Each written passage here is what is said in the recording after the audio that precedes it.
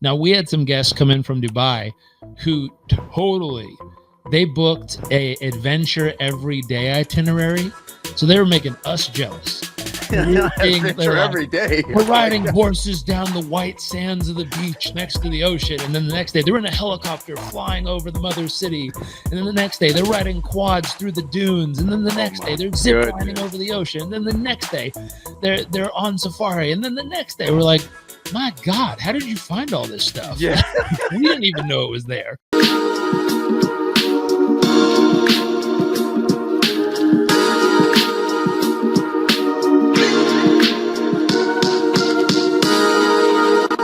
Man, we are live. We finally made it. We made it. I'm here with Jairek Robbins. What's going on? How you doing? Life is good, man. Life is very, very good on this end. We had a little bit of starting and restarting the computer, but besides that, it's going really, really well. Good. And so talk to me. So when we were talking back and forth on email, where were you in the world and what were you doing? I remember you were in, I think you were in South Africa. Yep. We live between Puerto Rico and South Africa. So we're building a home down there on a game reserve. There's 26,000 acres. We have the big five. So lions, leopards, cheetahs, elephants, rhinos, all roaming free on the land. So we were down there. And then this year we took a group with us for a week. So for one of the weeks we were down there, we had about 26, 28 people come down, and we introduced them to the animals and got to take them out and watch them see a zebra for the first time in person out in the wild, or an elephant charge the car and they had to drive away, or see the rhinos doing their thing, or we caught a cheetah who had just gotten a hunt that morning and he was snacking on it in the bushes, which was pretty fun. Oh my goodness. Is this just normal life for you with the lions, tigers, and bears? Oh my, is this? Yeah, it's new. It's only a few years new for us. Yeah. It was something that I had done before. I'd gone on those, once in a lifetime trips where you go there and you see the animals. You're like, wow, that's incredible. I think the coolest part about being around all the animals is it just reminds us of how small we are in the ecosystem of wildlife. Yeah. We inhabit in cities. We feel like we're the most important element sometimes, and humans running cities and doing all the stuff we do. But when you get out in like nature, you realize we're a very small part of it, which is fun. But then the other neat part is on the reserve, they have over, I think, 900 different species of animals and wildlife. But then they have over 1,200 different species of fauna and plants that they're protecting. And so the reserve was built to actually protect and preserve both the animals and the different types of plants. Yeah. So it's amazing. Like, we had a group of birders this time out there, and it was fun. My wife and I tease each other. We turned 40, and all of a sudden we started taking pictures of random birds flying around. But then you see these people who actually know all the details, and that's incredible. You hang out with them and they're like, oh my God, that's a Cape sugar bird. And you're like, what the hell is that? They're like, see the tail, the way it flies like this, like, oh, that's so special. And they start showing you all the things that make them so unique and special. Yeah. And when I first looked, I was like, okay, a bird's a bird. Like, that one's blue and that one's black and that one's orange, and it's a bird. Like, birds fly around. Yeah. But then they start teaching you, you're like, no, this one, that's a Cape weaver. They build nests. And then what's interesting is the males will build this nest, and then a female will come check out the nest. And then if the nest is not good enough, the female will immediately just chop it down, and all his work is gone. Oh no. Because there's it'll let rain in, or it's not snake resistant, or whatever the reason is. Like, she'll come check out the house he built, and if she doesn't like it, she'll just literally chop it off the branch, and the thing falls and breaks and then flies away. I was like, whoa. And all the women in our truck were like, oh, that's how it should be. I was like, no, that's how it should be. Why should it be that way? Yeah, I don't know. They all thought that was a great idea in life. I was like, that is a horrible idea. Like, if I built a house and you came over and kicked it over, I'd be pissed. Right. But it's nature, and you realize, just it brings us back to the present moment. I think we actually want to do some brain scans and blood tests on people when they come out. because we noticed every human being who was there said a couple of things consistently. Number one, this changed my life. Right. Change your life. I get it. I get that feeling too, but that's a consistent phrase you hear from people. And you're like, how did it change your life? And they're like, I don't know. I was so busy being busy. I was so busy doing stuff. I was so busy trying to handle everything and grow my business and be a good dad and be a good wife and take care of the kids and do all the things that like I haven't just like dropped into life in a minute. And this just brought me to the present moment. And I was like, I get that, because the challenge here is if you're not present, you can get stomped on by an elephant. You can get bit by a snake. Something could take you out in a heartbeat out here. Like, you have to be extremely present to every moment because everything's moving and there's thousands of animals going in every direction out here. So the presence, and then we notice there's something. You never know what you're going to see. You never know where they're going to be. You never know what's going to unfold in front of your eyes. And so I was driving a car of us back to the house one night, and it was foggy. And I didn't realize the entire experience changes the moment there's fog. You can see, and then all of a sudden you can't see, and you're like, oh, anything could be in front of the car. You got to go real slow and just watch. And so I was driving really cautiously, and all of a sudden this giant gray rock moved. And we were driving and it wasn't moving. So we were getting closer. And all of a sudden, when we were about 5 feet from it, it stood up, turned around, and had a giant horn. And I was like, that is not a rock. That is a rhino. Oh boy. And so I swerved, slammed on the gas, and we went, racing down a dirt road. And my wife didn't see what happened. She was in the back seat. So she just screamed. She's like, what are you doing? Oh, I was like, I think it's a rhino, and I'm not sticking around to find out.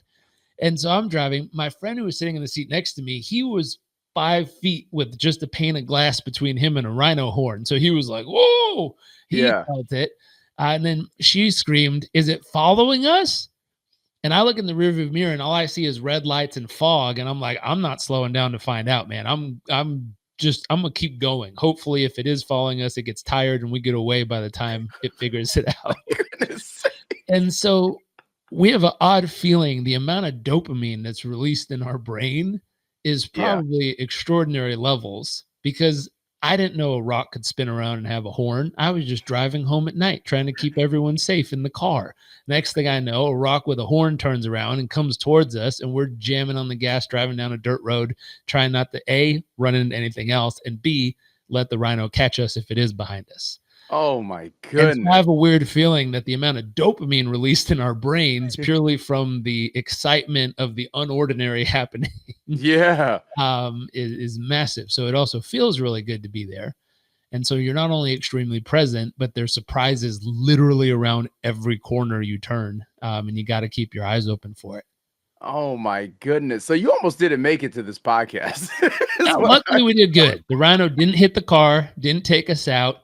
I went back the next day and tried to spot, and I couldn't tell which one it was. But oh my goodness, I probably woke him up from a random dream. So I'm just as much to blame as he is. He's like, some car snuck up on me last night, and I was just middle of a dream. And next thing I know, bam, a group of people sitting right next to me. Yeah, freaked me out. That's crazy. What a life. I always want to hear the rhino story. Like, I know what my story sounded like, but I want to hear what he was thinking. Or what was the rhino thinking? This group of people just popped up right next to me. Hey, a vehicle is pretty scary. I'm sure for animals, a vehicle is very scary. They don't have good eyesight. Yeah. So everything's kind of just big and blurry to them. So a big blurry thing with bright lights in the middle of the night with some fog is probably pretty spooky. Roaring. Just alien spaceship showed up out of nowhere. Poor rhino. Probably scared the tar out of him.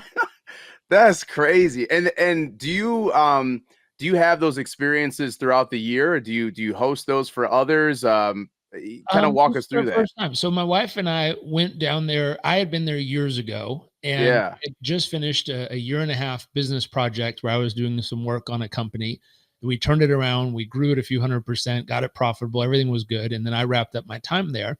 And I just told my wife, hey, I'd like some time to just go somewhere and relax, be present, decompress, let out all the work that's just been done, and just allow my nervous system to relax. And she's like, well, where do you want to go? took out a map, kind of looked around the globe, and they had just opened direct flights from New York, Atlanta, and I think Washington Dulles directly to Cape Town. And I was like, ooh, you've never been, my wife had never been to Cape Town. I was like, you've never been to Cape Town. We should go. You are going to love it. Like, love it, love it.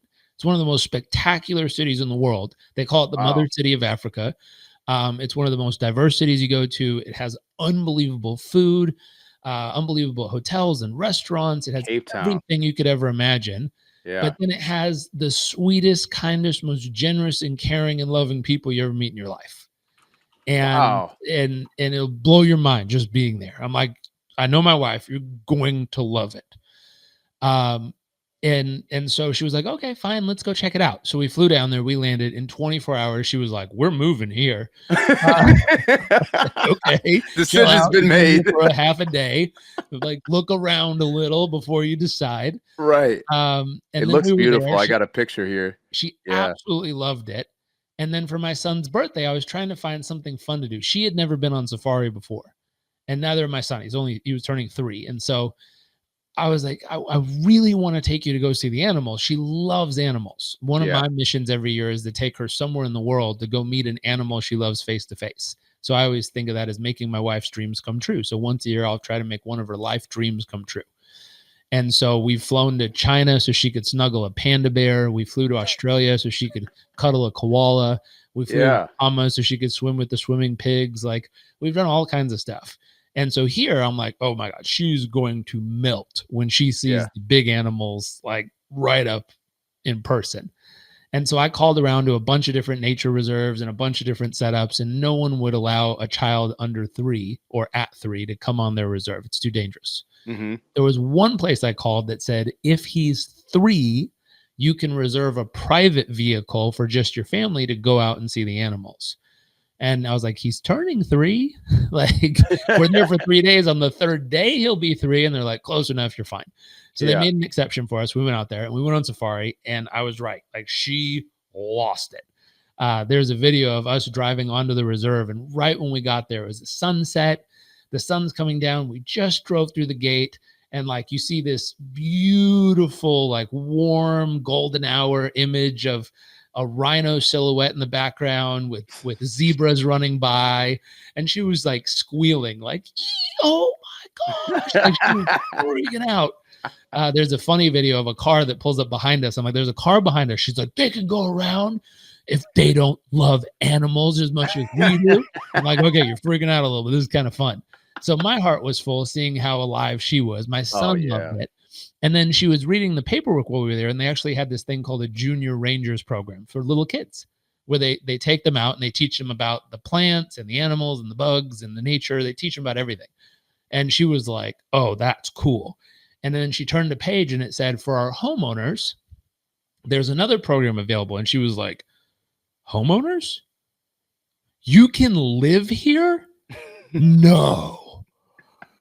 And so she turned to me, she's like, we're moving here. And I was like, you just said we're moving to Cape Town. Like, where are we moving? And so I'm like, okay, apparently we need to make more money because apparently we're moving everywhere at this point. Yeah. But then she went online, she did some research. She actually found out there was a plot of land available. So we bought it. And I think we have all the architecture stuff being done. So I think this week or next week, we're signing the papers to start building. Wow. Which would be really, really fun, because then we'll go spend, 3 to 5 months down in nature every year, just being around the animals. Yeah, that's incredible. That's incredible.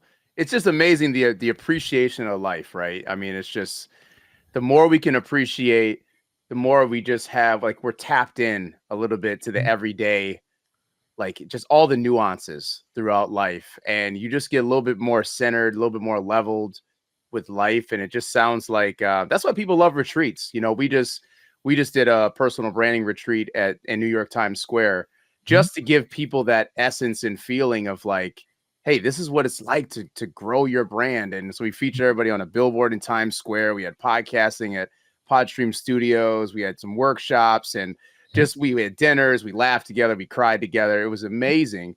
But people go to these retreat experiences just to get outside the norm and just tapped in. So I can only imagine these experiences, especially like Cape Town and the other areas, like Mhm. just going there. Now you're giving me a little bit of like, hey, I gotta We'll be start like, "Oh, carving out we'll time be to out there next year."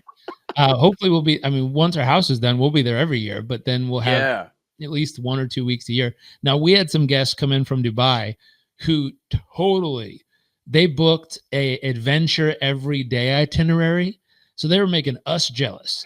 So we were seeing, they're Adventure like, every day. "We're Oh my riding God. horses down the white sands of the beach next to the ocean," and then the next day, they're in a helicopter flying over the mother city, and then the next day, they're riding quads through the dunes, and then the Oh next day, my they're zip lining goodness. over the ocean, and then the next day, they're on safari, and then the next day, we're like, "My God, how did you find all this stuff?" Yeah. Like, we didn't even know it was there. That's And crazy. so for people who like all that stuff, the whole thing's there. But the neat part, something you said, was we had taught retreats in the past where we were trying to like teach every day. I learned what not to do one time. I taught every day for a 25-day, 10 country cruise. Oh And man. at day 15, I was like, this was not a good idea. I should have just invited people to hang out on a cruise and I'd taught Right. one day or something. So I learned my lesson the wrong way. And so this time I said, I'm not teaching anything. We're just going to hang out and Wow. we'll have fun. We'll have bonfires. We'll laugh. We'll talk. We'll bring up like key discussion points, but we're literally just going to focus on creating a Mm. community experience. Just come and enjoy this with us. Yeah. Yeah. And it was magic. Yeah. It really worked. Do you think that that's what people want now? Is Do you think Well, the days of like a lot of education, a lot of instruction, workshops, like I feel like people these days, I would love to get your take on this, but I just feel like they're craving, especially after 2020, they're craving community mhm, and like kind of belonging in their own kind of circle. And I wrote a book on change your circle, change your life. And yeah, that's, I mean, that's everything to me. yeah, But I just feel like they're craving it. And I kind of got, because we used to do large conferences before. mhm, The reason why we did the New York retreat is because people said we want more connection. yeah, We put out the survey. They're like, we want more connection. So yeah. to your point, it's like maybe there's talking points, but maybe there is no agenda. Maybe there's just we get together and we give a great group of people. So what is your take on what people are craving right now? So there's an evolution of people. I wish I had the image I could put up here, but if you imagine there's like an hourglass, like a triangle coming up, a circle in the middle, and then a triangle going the other way. And Yeah. the first three stages are what most people are trying to figure out in the beginning. The first is viability. So I have enough to live the life I want to live and do what I want to do. Once they have that kind of locked in, I have enough. I can afford my life. I can afford food. I can afford insurance. I can afford my Hmm. groceries and my bills and all that stuff. I have enough. I'm good. Next thing they then start to focus on is I'm loved enough. So it's about Mm. being the type of person that can be loved and understood and appreciated and valued and to have someone to share life with. And once that's fulfilled and you feel really loved and it's self-love first, like you actually love the human being you've Yes. become and you're becoming, and you have someone that values you and honors you and respects you and understands you and appreciates you. Once that's filled, then the third one is I am enough. And not a human doing, but a human being. Like, not I've done enough today, but if I were to just wake up and sit and breathe, I know I'm enough as a human being, regardless of what I do or don't do. Mm. And most people are deathly afraid of that one because it's like, Yeah. oh, I don't know if I'm enough. So we try to do a bunch of stuff to prove to ourselves that we're enough. And so I'm going to intertwine a few topics here. There was a Yeah. book written called Finding Your Second Mountain. And the author said our first mountain that we try to climb and scale in life is focused on what we can get from life. And so it aligns with this, trying to get enough to pay the bills and survive and have viability, trying to get the love we really desire to fill our love tank and make us feel loved, trying to get something accomplished to show ourselves that we're good enough, that we are enough as human beings. So this whole first part of the journey is trying to prove to herself that I am enough, I have enough, and I'm loved enough.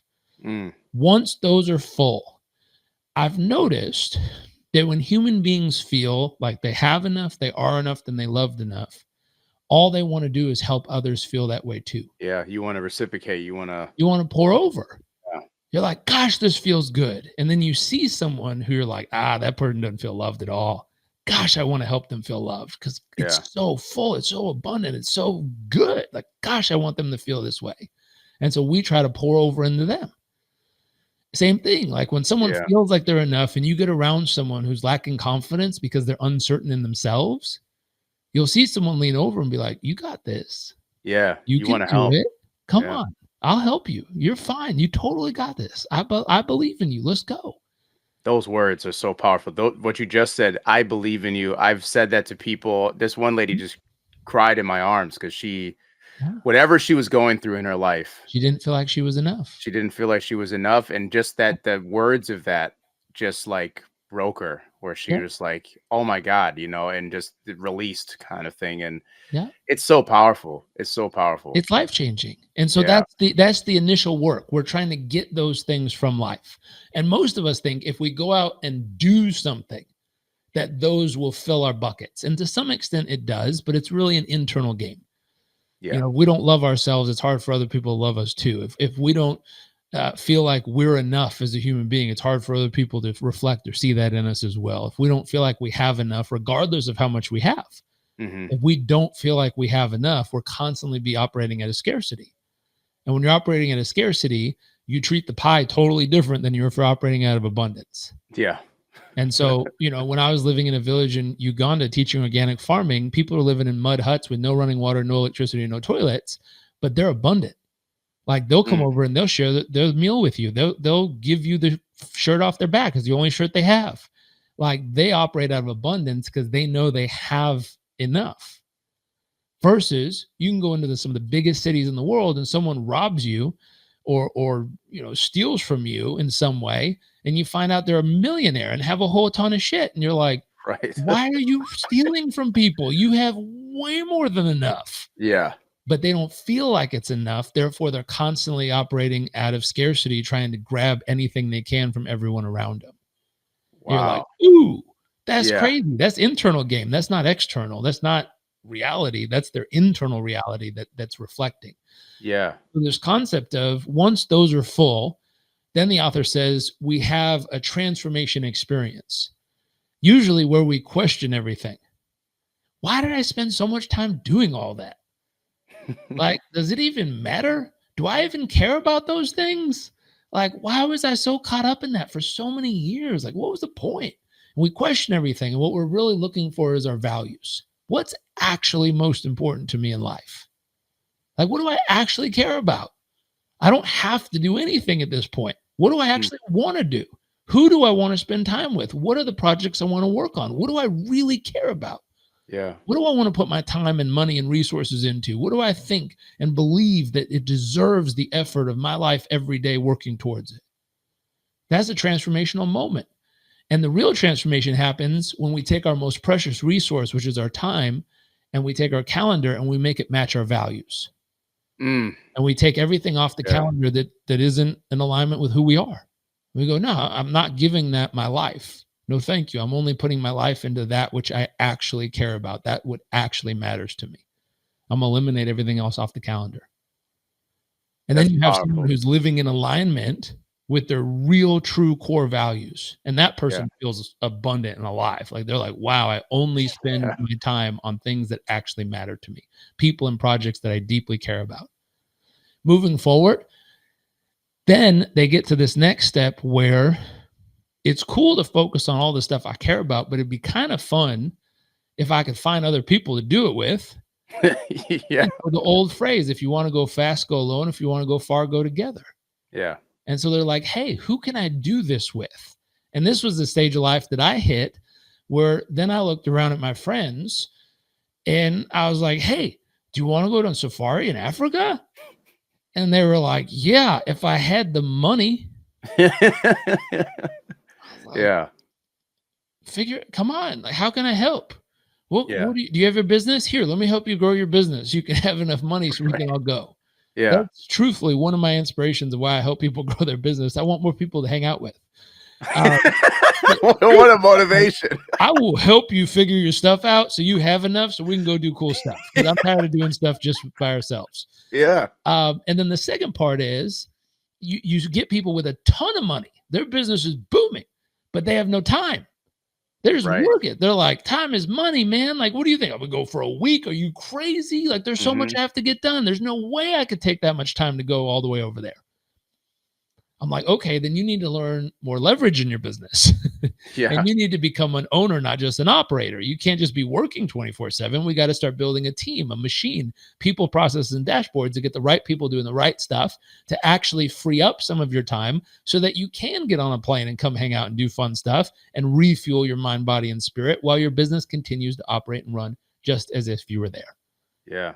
And they're like, oh, so we got financial freedom, then we got time freedom. But then I realized there's something really dangerous that happens if you have both of those, but you're missing the third piece. Oof. If you look at young people, and I'm just going to take random place. Let's say Hollywood for example. Yeah. Young person, they were in the movies as a kid. They make a ton of money. And they don't have to work. They have a ton of free time. That is a very dangerous position to be in. Very.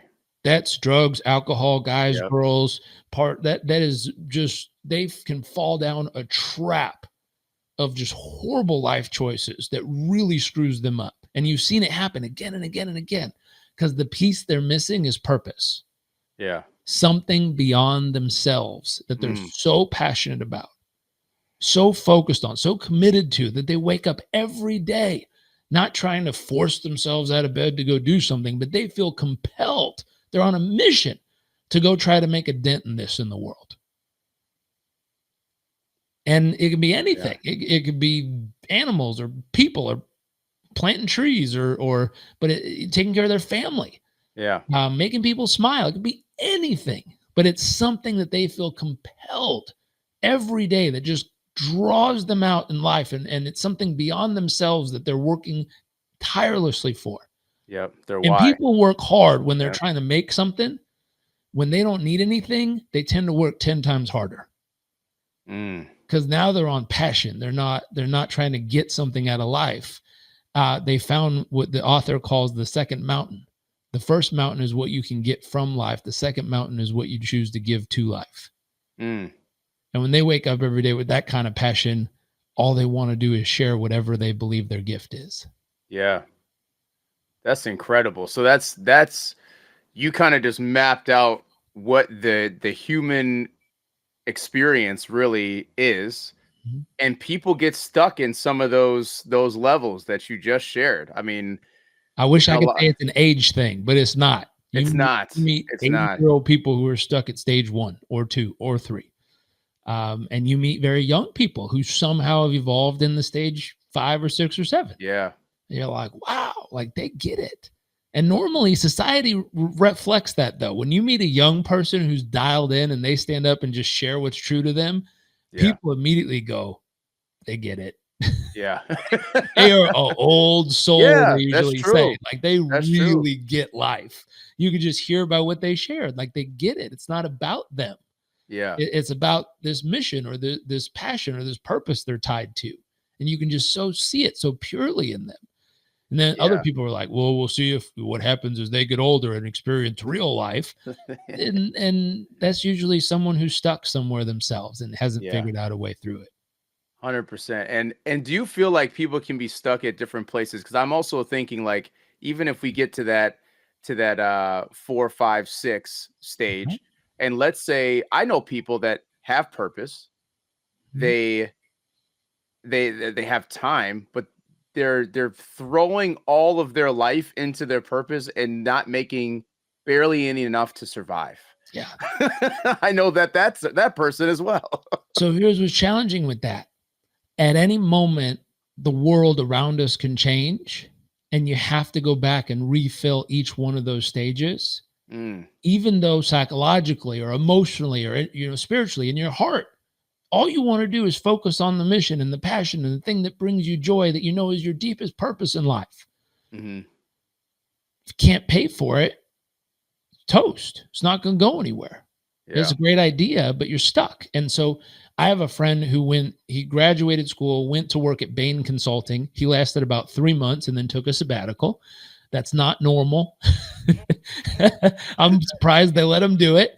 But he had 3 months of a job and he said, I need a sabbatical to think about life. Oh, wow. And he didn't make a whole lot of money yet, but he had $25 in the bank account. And he met this little girl when he was traveling around the world who said, can I have something? And he said, what would you like food or money? And she goes, no, I'd like a pencil.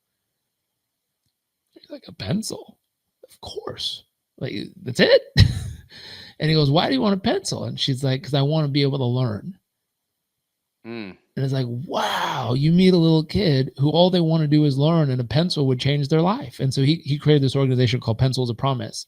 And they've built over 600 schools around the world in developing regions of the world. It's unbelievable. Wow. And he started with $25. And you look at that, and he came up with something. He taught me this. He says, at Bain in Wall Street, all these people are focused on is money, money, money, money, money, money, money. That's it. Profit, profit, profit, profit, profit. In the nonprofit world, we have a bunch of huge-hearted humans who really want to help. Yes. And they're often standing around with their hands out being like, can you please give us some money so we can go do something that's so needed in the world, but we can't do it without money. And he says, if you drew a circle for the big hearts and a circle for the giant stack of profit, and you kind of overlap them slightly in the middle, this little Venn diagram slice in the middle, he drew a line up and out, and he said, I call this a for-purpose enterprise. And what it is an extremely profitable business that makes an insane amount of profit. And it takes that profit and it immediately invests it in the people and projects that matter. So that the nonprofit, the heart, the goodness, the give back, the take care of, has an endless supply. It has its own money printing machine that will forever continue to fund all of its good work. Yeah. And it doesn't have to be a nonprofit anymore because you're not going to need outside funding. People can participate if they want, but your machine you've built has more than enough to take care of it forever. And so my wife and I looked at that. I had a kind of a fun discussion. I'll see if I can hold this up if the camera will allow me. I have a friend when I was living in Uganda where I got sick really bad, and he took care of me. He stood up 24 hours a day, keeping a cold rag on my head, making sure I didn't overheat. And so years later, him and I were chatting on Facebook, and a couple of years ago, he texted me. He said, hey, I'm having my first baby. And he named him Jairek. I was like, oh, that's cool. Like, I have someone named after me somewhere in the world. And so a couple of weeks ago, he texted me and he said, it's time for baby Jairek to go to school. We've picked out which nursery school we want him to go to. And here's the fees. And we're requesting assistance. I went to my wife and I was like, well, this is, I don't know if you could see it. Let's see. It's a little, it's coming in. Okay. This is baby Jairek. Yeah. And she's laughing. She's like, you have some explaining to do. I was like, he's not my son. He's just named after me. Yeah. My friend Jack's son. And he said, I told her the story, and she's like, oh, that's so sweet. And I'm like, he's requesting, some help to send him to school. And she's like, of course. And so he's going to the Notre Dame's nursery school. And she's like, wow, I'm just proud your kid made it to Notre Dame so early. I started laughing. And we ran all the numbers, and it was 5.5 million Ugandan shillings per year. That includes the medical card and the transportation to school and the food and the uniform and the supplies and everything. Yeah. And so we did the math, and it comes out to $1,500 per year. I was like, done. Wired them the money. They sent me back a little receipt and the thank you from the school. And they're like, the teacher will give you an update every 3 months on how Jarek's doing in school. And I was like, well, this is going to be fun. Yeah. And then I sat with my wife and I was like, one of our dreams has always been, how cool would it be to pay for 10,000 children per year to go to school? And I said, just think about that for a second. 10,000 young people would go to school. And I said, if this was the number, let's just take it as is. That costs $15 million a year. That's totally doable. That's not like billions of dollars. Yeah. $15 million bucks. That's totally doable. Yeah. And I said, but instead of just giving the money, I said, what if we set a goal to earn enough that we could invest it and let the interest every year come out to be 15 million bucks. So let's say we had 150 million bucks invested, 15 million and 10% yielding cash flow. We have some places we can do that that we're very familiar with, and it works. And so put it there, get the 15 million a year, and send 10,000 kids a year to school. And I said, watch this thought. Imagine in 25 or 30 years, we get invited to a stadium with 10,000 young people.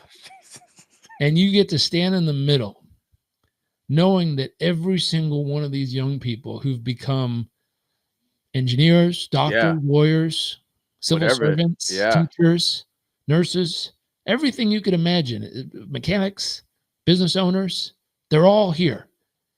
And all of them get to say, I don't know if I would have been able to do this without your help. Thank you for this. Changed my life. Jeez. And I was like, that would be cool. Yeah.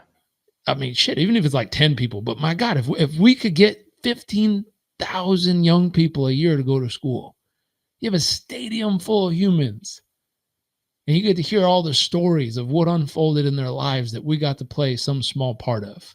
Jeez. That would be worth doing. Wow. I mean, it's one thing I love about that is that you gave yourself room to dream and to figure out an idea. A lot of us don't carve out any time to even dream of like, what if, and I use the words like, what if there's a world where we did this? And then you also reverse engineered it where you figured out, okay, well, this is how it could happen. Yeah. And then I love the end result of it where it's not in an egotistical thing. It's in a, hey, what if we packed a stadium full of people of lives that we changed? I mean, it's absolutely incredible. And it's something that it really helps other people. But then in return, like the way the world works, if you give out a lot of your time, energy, effort into a lot of things, it's going to come back to you tenfold by just doing. That's kind of like, I think it's like the law of energy. It's just like, if you're giving that out and it's positive and it's reinforcing, you're helping other individuals. You kind of said, even on the levels that people go through, it's like, you're also going to feel so fulfilled too at that moment. For everybody that participated in that and became a part of it. I mean, that's absolutely incredible. So stuff like that. Yeah. And I think, I just taught a session on purpose for one of our classes earlier. And it's that thought of when you find something bigger than yourself to do it for, it's where that compelling purpose comes from, where you wake up and you just feel drawn to go find a way, drawn to figure it out. And it's fun. Right. And it becomes something where even the idea of it lights you up. Yeah. Like, even if we only got to 100 kids, I would still look back and be like, that was amazing. But if we could actually get to that giant, crazy goal, that would be absurd. That'd be unbelievable. It'd blow my mind. Man, that'd be crazy. Right? Now, are you on that path now? Yeah. So there's a neat part. When I come up with some of these crazy ideas, my wife laughs and she's like, okay, figure out how the math is going to math on that one. And I look back and I'm like, okay, I don't know how the math is going to math, but it gives me inspiration to look for bigger opportunities. For sure. Yeah. And so I'll sit down and I'll say, if I need an opportunity that's going to yield this kind of return, what's available? And I'll start looking at the opportunities in the world differently. I have a different filter now. Yep. If I need something that's, in 10 years is going to make 150 million net profit after tax money that I could invest on behalf of this concept, I need to weed out everything that doesn't have that potential. Yeah. Clear out your calendar again.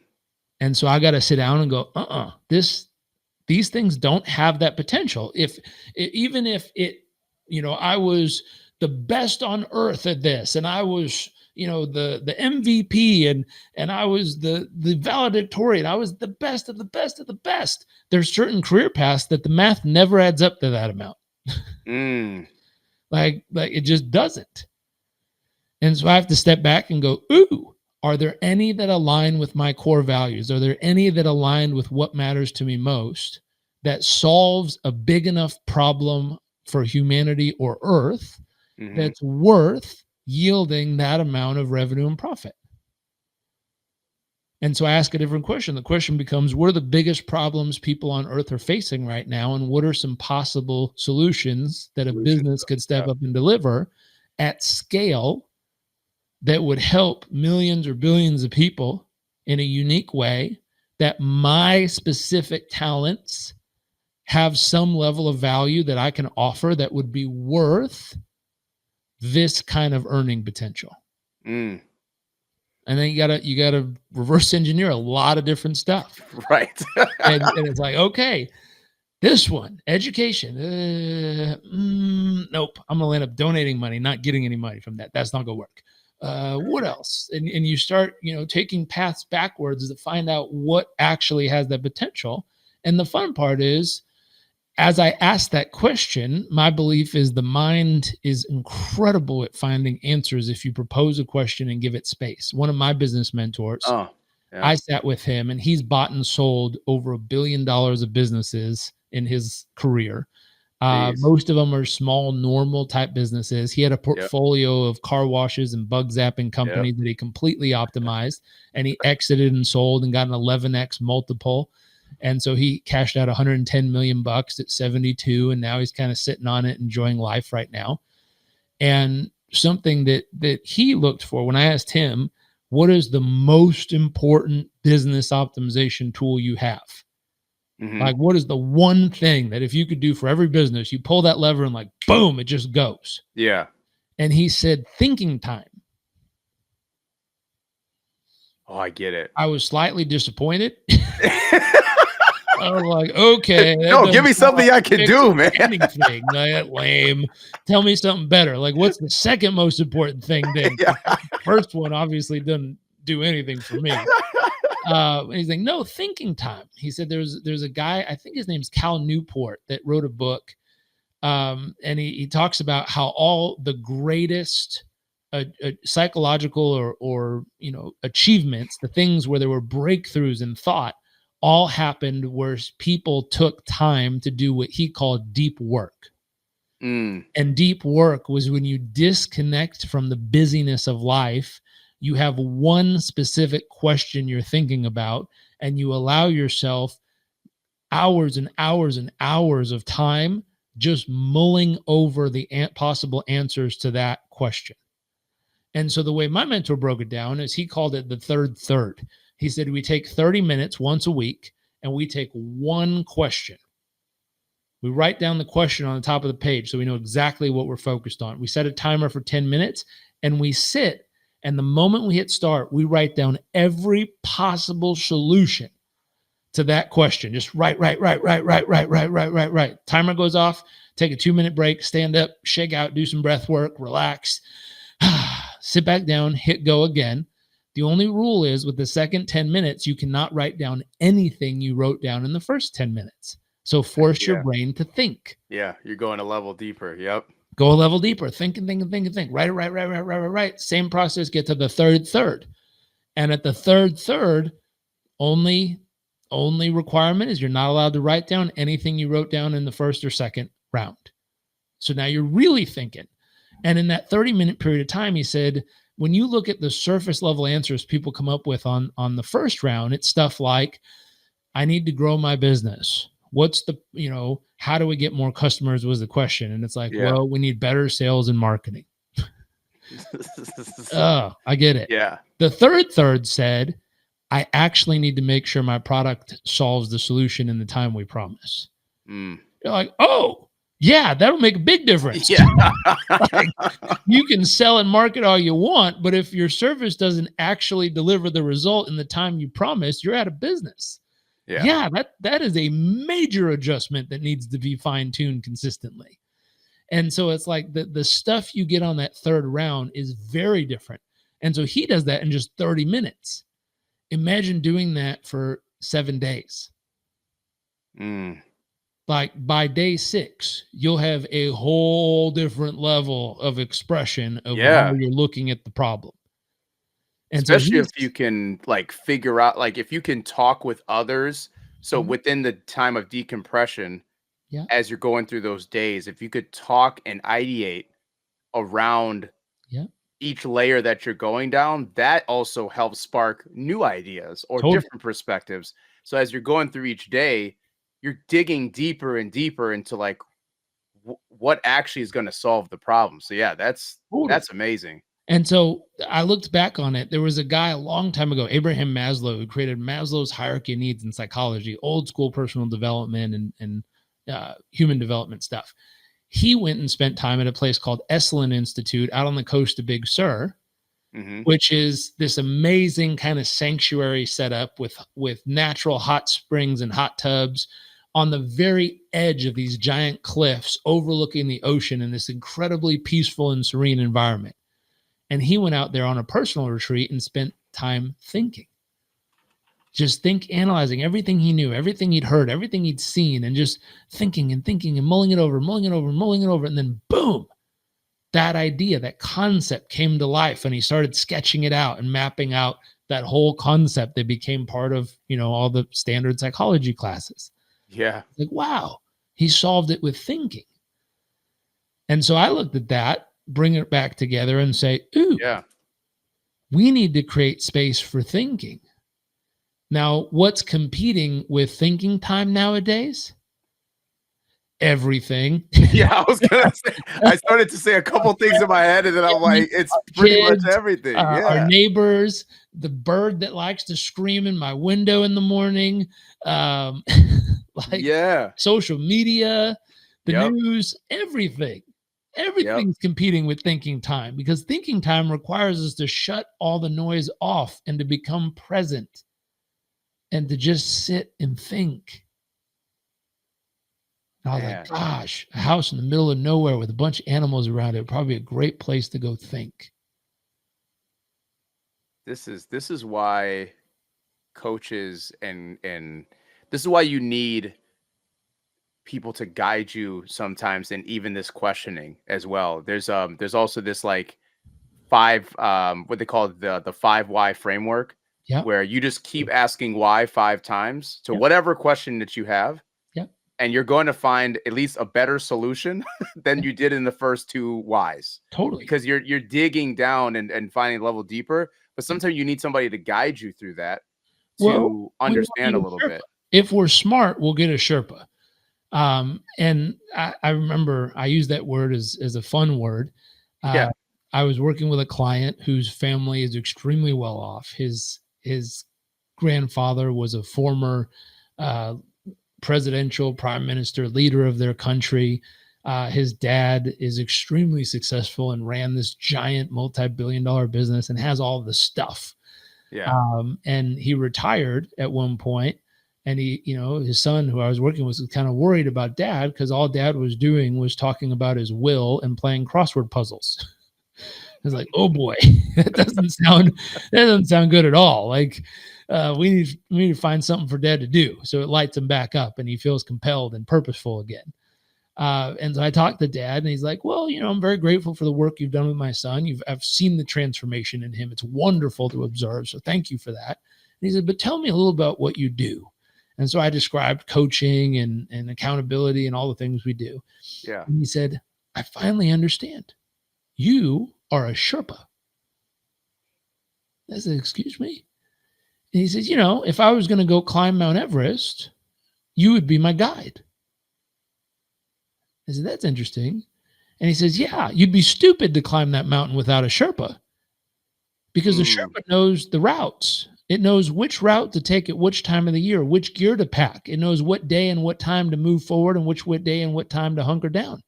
It knows what things to do at the right time to make sure you accidentally don't get caught in an avalanche or fall off the side of earth. It knows what places to step and what places not to step. It's walked the path before many times. Most climbers only get to the peak once. There's a Sherpa who's been there at least 15 times. Right. And I said, that kind of represents the second mountain. The first mountain are people trying to get to the top to prove to themselves that they can do it.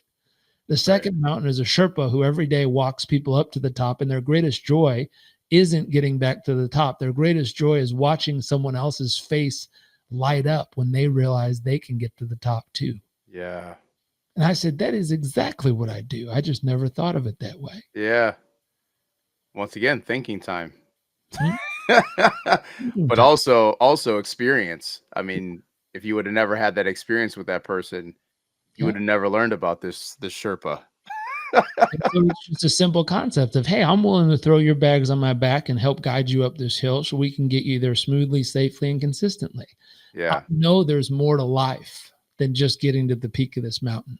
Yeah. Because for most people, they think if I can just get to the peak of that mountain, if I can just make that much money, if I can just get that person and be married, if I could just have those kids, if I could just get the house, if I could just drive the car, if I could just take the trip, if I could just have the jet, if I could just do the thing, then everything in life is going to be amazing. That's like saying, if I can get to the peak of that mountain, everything's going to be amazing. Yeah. But I know something that's true. The peak of every mountain only has three things in common: a feeling of accomplishment. It feels really good when you get there. Thin air and a nice view. But I don't know anyone who lives on the peak of the mountain forever and never comes back down. So the fourth thing that every peak has is a walk back down, and then a search for another peak to go after. And as a Sherpa, no one wants to believe that. But when you've been there enough times, you've seen it enough times, you realize thin air, nice view, feeling of accomplishment, and walk back down, find another peak. And eventually, though, when people have peaked enough mountains, they hit Mount Fuji, they hit Mount Kilimanjaro, they did Everest a couple times, they've done all these different mountains. Eventually, they realize that it's kind of the same thing over and over and over again. And it doesn't feel as fulfilling as the first however many times. First time, yeah. What does feel fulfilling, though, is the day that they decide to become a Sherpa and help guide someone else up that mountain. Because you all of a sudden throw someone's bags on your back and go, come on, let's go. And they go, I don't know if I have what it takes. You go, you can do it. I believe in you. Let's go. And they start walking and they're like, but it's cold. You're like, you're fine. You brought the jacket, right? Yeah, good. Keep going. I can't breathe. Here, take my oxygen tank. You'll be fine. Just keep moving. And all of a sudden, one day, they're standing on the peak of this mountain that they didn't even know if they could do themselves. Their eyes are lit up. They're looking around. They're taking a ton of selfies nowadays. They're like, I did it! And you're kind of sitting on the rock. You're like, cool. Ready? Let's go back down. Yeah. And some people are stubborn. You have to take them up the same mountain 10 times for them to finally get that it's the same thing. But eventually, if we've done it enough times, we look around and realize the question of who could I bring with me? I have a hashtag that I love, which is we all rise together. Yeah. If you're going to do this journey, who are you willing and wanting to take with you? I talked about funding schools or funding hospitals. I'm also going to set up a side fund to take friends with me places. So when they say, I can't afford that, I'm like, shut up and get on the plane. Right. Because that experience, to your point, I mean, with this whole conversation, what I've also learned is like those experiences will drastically change people's lives and even perspectives on life. And they're transformative. So just getting them on the plane and getting them there, that's the hardest part. But once they're there, that's when all the unlocking happens. And then they go back and they're 10 times as better. And then they start thinking of different ways and you give them time to think, which then the next time you want to go on a trip, you're like, hey, no, don't even worry. I don't need any help. I've already figured it out. And I'm going. And then it becomes I've noticed this too with our experiences that we throw. Like when people can make it finally to the first one, they're like, they're going to figure out whatever it takes to get to all the rest. I mean, because they know how powerful the circle is of people that you're around, but also the overall experience. And I love this. I just never thought of it this way until you said it. But that thinking time is just, that's what people need is especially in the busyness of the world. Technology is so accessible now. They need space to think. Yeah. It's absolutely incredible. I never thought of it that way. Now I know why you're really good at what you do, because you've proven it on this podcast that, I mean, we're all in this journey. We're all trying to figure out, we're all stumbling through life and we're all these different levels, but it's kind of like, if I like video games, it's what I do also just to disconnect my world in my day-to-day activities. But it's like people are trying to get to the next level always. But that search, the end boss, after you beat the game, you're going to, like you said, you got to the top of the mountain. Where's the next game? Yeah. What's the next thing I got to do? And so then it's more about purpose. Maybe I want to create games. Maybe I want to help others with their levels of the ones that they're going down. And that's the joy. That's the real joy. This has been very inspiring. I did not realize this conversation was going to go this way. I had a bunch of other questions, and so to the real nuts and bolts, if we look at the P&L, then there's 4 numbers you really want to focus on that are going to drive the revenue and make the profit grow. We could do that too, but I don't think that doesn't. No, this has been way better than whatever questions I had. It's just so impactful. So Jairek, what's next for you, man? I mean, what's next on the horizon? You're looking at, 2025. I know you kind of painted a little bit of your vision and where you want to go, but what's next for you and your business? Maybe your family. I know you're building houses. I mean, what's next for you? Yeah, we're pumped. We're working on building that house in South Africa. That'll be done kind of March 2026. So next year we'll go down and get to see maybe 80-90% of the house almost done, which is a fun moment to be like, ooh, it's almost ready. Luckily, March is my wife's birthday. So hopefully March 2026, we'll go back and get to be in the house for her birthday, which would be really, really special and a fun moment. What's next? My wife is setting up nature school for our son here. So she just found a horse stable down the road that has a little side place that they can create a little nature school that for our son and some of his friends to go to and learn about life and nature and all the stuff at 4 years old. They're going to start learning about, which should be cool. Yeah. Business wise, we have some really, really cool partnerships we have in drastically different industries than my normal one. Yeah. That have the potential to absolutely change the world, which is fun. And they do have the earning potential to pay for our vision and dream of sending 10,000 kids to school and all that. So we have some really cool partnerships we're working on. In our normal day-to-day business, really pumped for our clients. Part of my day-to-day is helping them optimize their health, relationships, and businesses. And so we go to work on them as people, on making sure that they feel like they are enough, they have enough, they're loved enough, making sure their business is booming. I think small businesses absolutely transform families and communities. So I'm a huge fan of learning how to do the right mechanical pieces that just make them go. Yeah. We have a business board program that's super fun for people who are kind of making $1 million plus a year. Okay. We'll take them in there. And it's fun. Our best performing clients in that group so far over the last 3 years took their business from 500,000 a year of revenue to 5.5 million. They grew their team from 3 to 15. They're on Forbes fastest growing 5,000 companies in the country kind of deal. Nice. Or fast companies, fastest growing companies, wherever that list is. They're on that. They've won every award in their industry. They're absolutely dominating. It's female owned and run, and two partners. They're wonderful, wonderful people. And we've been the business mechanics underneath them. They're the effort and the heart and the passion and the knowledge. And we're the mechanics to make sure they have the right stuff in the right place to really make it go and sustain, which is a ton of fun. And so that's the piece. My wife is passionate about training other coaches. Okay. I got frustrated with only being able to coach so many people at a time. Yeah. Which is a real challenge. I mean, it is. I mean, you want to help so many people, but especially one-on-one, you can't, like, you just don't have the time capacity to do it. But I love one-on-one. Someone convinced me to transition from one-on-one to group, and I did it for a few years, and it's awesome.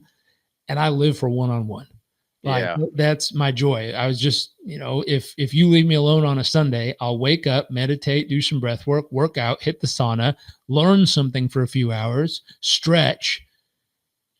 And then I'll probably be on Instagram just helping random people solve shit. Like if you leave me alone long enough. There was a young girl in India who parents wanted her to be an engineer, but she wanted to be a pilot.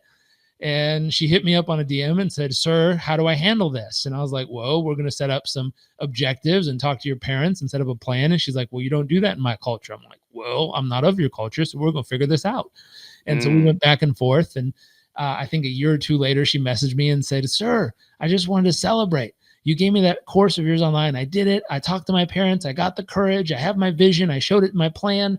They're so excited for me. So I'm in pilot school. Like, I'm so excited." Oh, I was like, "That's fucking cool, man." And I was like, "Man, I can't wait for the day Yeah. where I'm on a plane for some reason going through India, and a pilot comes back and says, 'I don't know if you remember me.'" Oh, And I said, wow. "I'm sorry, I don't." And she says, "Well, a long time ago, I sent you a direct message on a Sunday afternoon, your time, and you helped me convince my parents that to become a pilot instead of an engineer. Welcome aboard." Mm. I'll have tears in my eyes. I'll be like, "That's cool. That is really cool." Yeah. And so for me, that is my jam. That's what I do. At this stage, we still need to work a little bit for money, not too much. We have lots of Yeah. investments. We're very blessed on that side, and we're growing. We're almost completely winning the rat race, or whatever Yeah. Robert Kiyosaki calls it. We're very close. Yeah. Few deals off, and we're good. But that thought of, that's what I do in my spare time. Like, I'll just reach out, let people hit me up. I'm like, "Oh yeah, here, I could help you. What about this? Or think about this, or try this, or use Yeah. this tool, or here, let me just send you one of our programs." Like, my wife doesn't love that. She's like, "Just give them a link and let them buy it." I'm like, "Why? They're a kid in India. Like, who cares? Here, take Yeah. it." I can't wait to meet her flying our plane one day. Like, I think that'll be Yeah. super cool. Um, and so those things are what's next. Yeah. Still trying to learn how to surf. I had a lot of time falling over. Uh, I'll figure it out.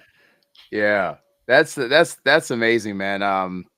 Yeah, there's one thing that I really appreciate about when people reach different levels of success, and I've I've heard this kind of from different people, but when people, even if they're in their minds at the highest peak of success, it's just still being tapped in and grounded to where people are in their day-to-day life. And when you're just, and I'm not saying to always make yourself hyper accessible. Maybe your wife is not super She happy doesn't about always all the think time. that. She'll come in and be like, "Hello, hello, I'm still here." I'm like, "Oh, I'm sorry. Did you put your phone down first? Yeah, okay. I'm sorry. I'll throw mine off the balcony." Yeah, yeah.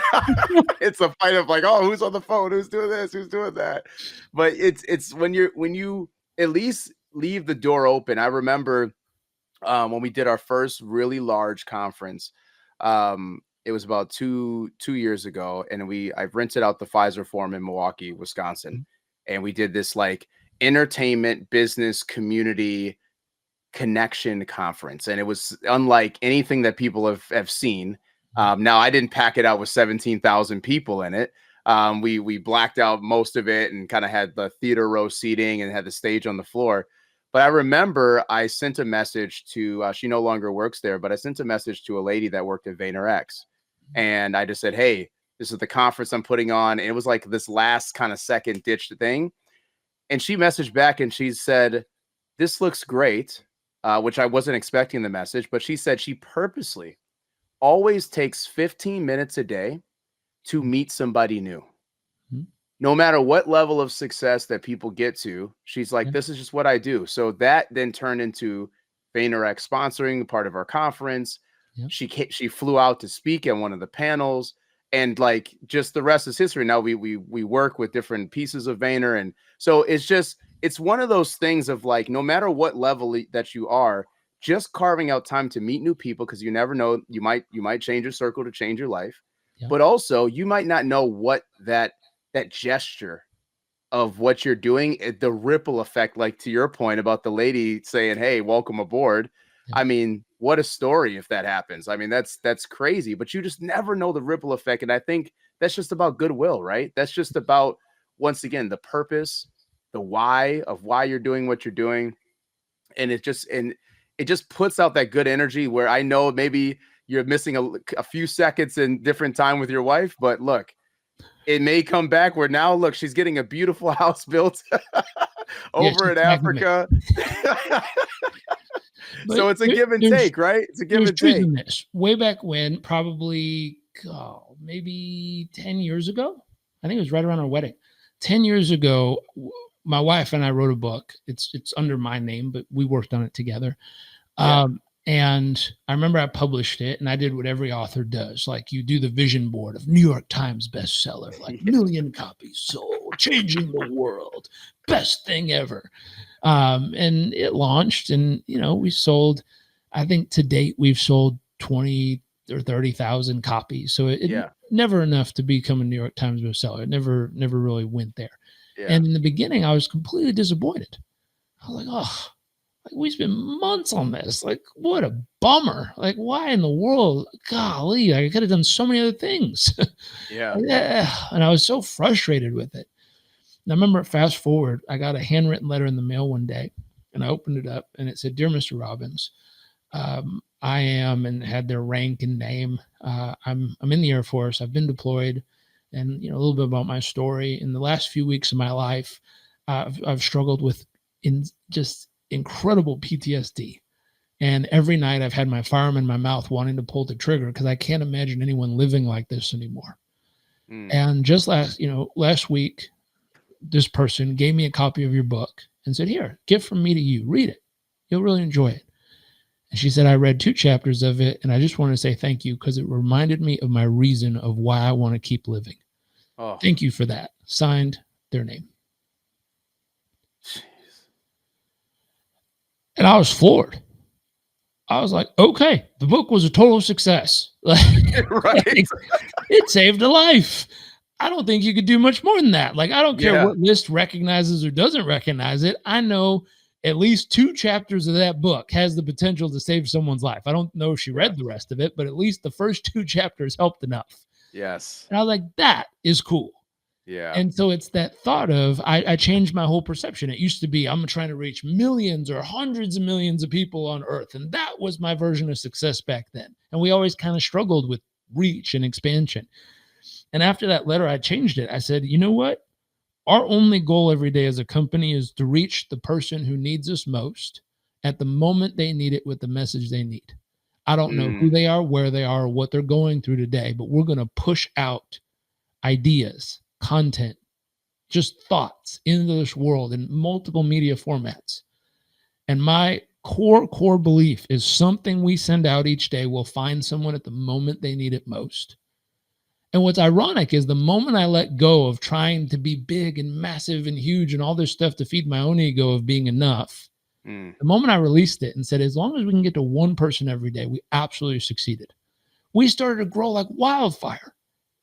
And every day I'd get messages in my inbox saying, "Thank you. I needed this. Thank you. Yeah. This is exactly what I'm going through. I don't know how you knew this, but this is exactly what I needed." Yeah. And just like, it just piles in every day in my inbox still. And it's really simple philosophy. Every day we're going to push out a ton of messages to find someone who needs it most and reach them at the exact moment they need it. That's our prayer. That's our intention. That's our purpose. That's a drive in there. And it works. Yeah. That's incredible. It's like such a great way to think about.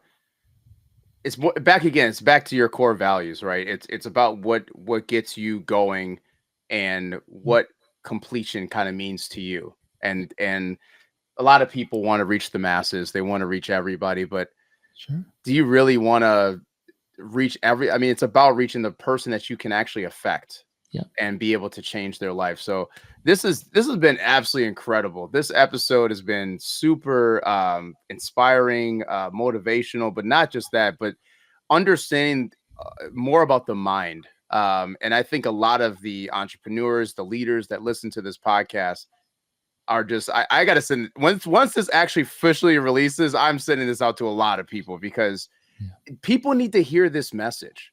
And even with all the great work that you do and all the great work that I'm doing and other people that I know, more people are out there that need this.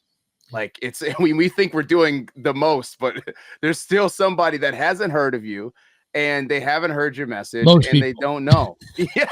The majority. There's a lot of people out here. No clue I exist. Totally fine with that. I hope this message weaves its way out to someone and finds the person who needs it. Yeah. I mean, it's absolutely inspiring. Have you ever been to Milwaukee, Wisconsin?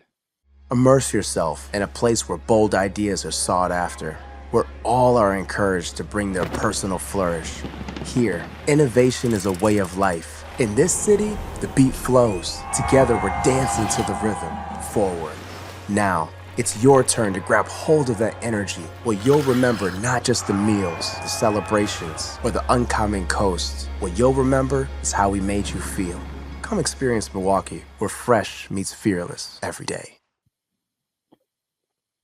Hold on. Where's my phone? I need to see it. I've been to somewhere, Wisconsin. So it's Wait, is there a university there? Yeah. Is there a lake there? There's a lake. Yep. I might have been there. Lake Michigan. There's a lake and a university.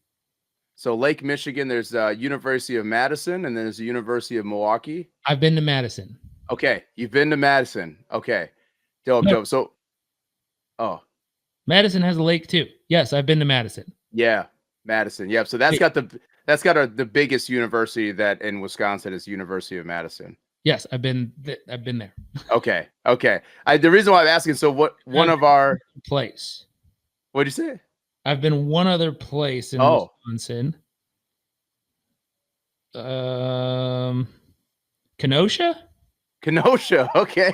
All right. My wife's friend got married in Kenosha. Okay. Cool. Yeah, it's pretty close to Illinois, so that's probably why. Maybe they got some relation there. So our podcast is sponsored by Visit Milwaukee. So I always ask a lot of our guests, hey, have you been to Milwaukee? What was your experience in Milwaukee? So what was your experience in Madison? It was great. I was speaking at a project manager, like a conference for project managers. Okay. It was a unique, so a random thing, a group in New York who did educational training for some of the largest brands on earth wanted to hire me, and their budget was so small compared to what I was charging. It was probably a tenth of what I was charging. Yeah. And I remember being like, they want me to fly to New York, record in a studio for 2 days to do all this stuff for that? Like, yeah, that doesn't seem worth it at all. Yeah. Like, what am I doing? And I remember for some reason I was talking to my dad and I mentioned him. I'm like, Dad, I'd love your 2 cents on this. Yeah. Like, they want me to fly to New York and $1,500 to do this whole thing. And I have to pay for my own flight. So basically I make nothing, but I got to go speak there and, record in a studio. And they're like, well, who does it broadcast to? And I was like, well, it's going to broadcast to like 60,000 people. And he goes, where are the 60,000 people from? And he's like, well, L'Oreal, Harley Davidson, like some of the largest companies on earth. Right. And he's like, okay, pal, let me rephrase this for you. How long would it take you to try to get into all of those companies to even try to get them to listen to you for an hour? How much money and time would it take to even get in front of those people? Right. And he said, if you think that this is marketing, you're about to do marketing in front of 60,000 of the largest corporations in the world for free. They're paying you to be there. 1,000 different companies. Yeah. And I was like, well, when you put it that way, that sounds like a great idea. He's like, yeah, you better be thanking them and sending them a gift for the opportunity. And I was like, okay. So I texted him back, but yeah, of course I'll do it.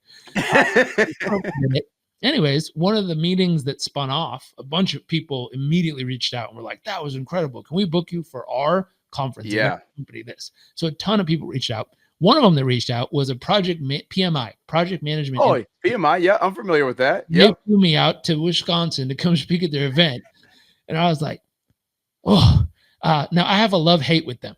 I love them because they're amazing. Okay. They are so good at their job. Yeah. That as a speaker, to have so many specific deadlines, they project managed the tar out of me to get ready for that event.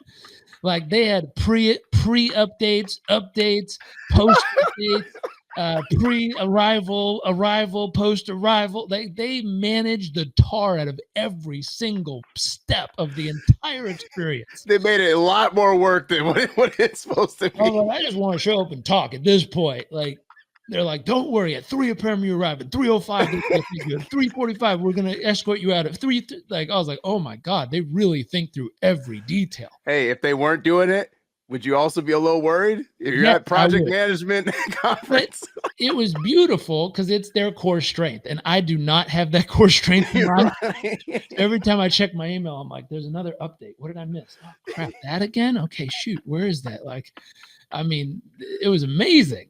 Yeah. I left being like, I need all of y'all in my company because you'll make this stuff really go. Yeah. It's incredible what they do. Like, they bring stuff to life. They make sure every single detail matters and everything is taken care of with extreme excellence. It's unbelievable. It's just, I'm more on the creative side when I'm speaking, and they're a little bit more on the tactical strategy side, and it was blowing up my brain. That's hilarious. Well, but Wisconsin was amazing. Yeah. After the speech, we went to the university and walked around. I think there were food carts out, and we were snacking on those and walking around. I have a friend who went to that university. I was taking pictures and sending her. She's like, "Isn't it amazing?" Yeah, and she was telling me like little places to go see. Yeah, it's right next to the Capitol out there. So no, that's cool. That's cool.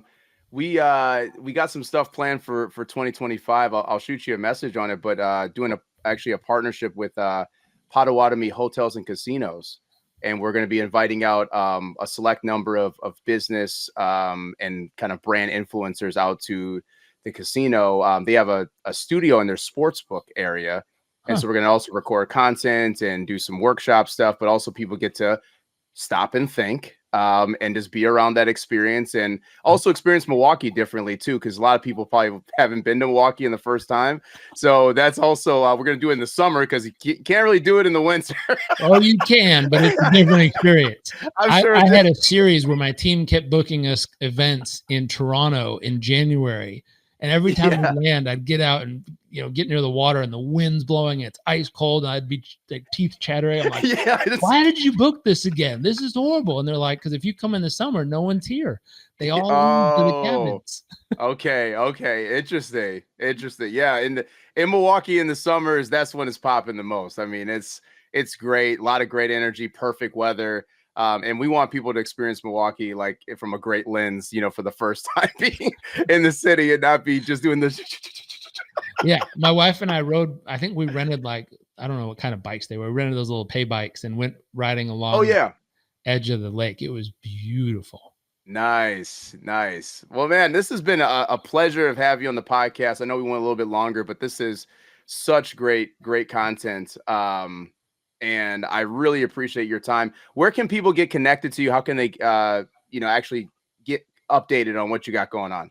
Yeah, 2 places. Go to our website. So just JarekRobbins.com has all of our programs, information, outlines, all that jazz. And then usually Instagram is where I'm most active. So if you're on Instagram, follow me there, and you'll see the stories of everything we're up to and where we're at and all that jazz. Oh, man, this has been absolutely amazing. Everybody listening and watching, please connect with Jairek. Absolutely. I mean, I know everybody's going to be inspired, motivated to really take action in their life and their business after this episode. Please like, comment, share, everybody, on the episode. And don't forget, if you can change your circle, you can change your life. So thank you so much, Jairek, for being on the podcast. And we'll catch everybody on the next one. Peace. Don't forget to like, comment, and subscribe. And don't forget to hit that notification bell for more amazing content that we're going to be putting out. And don't forget, you can change your circle to change your life.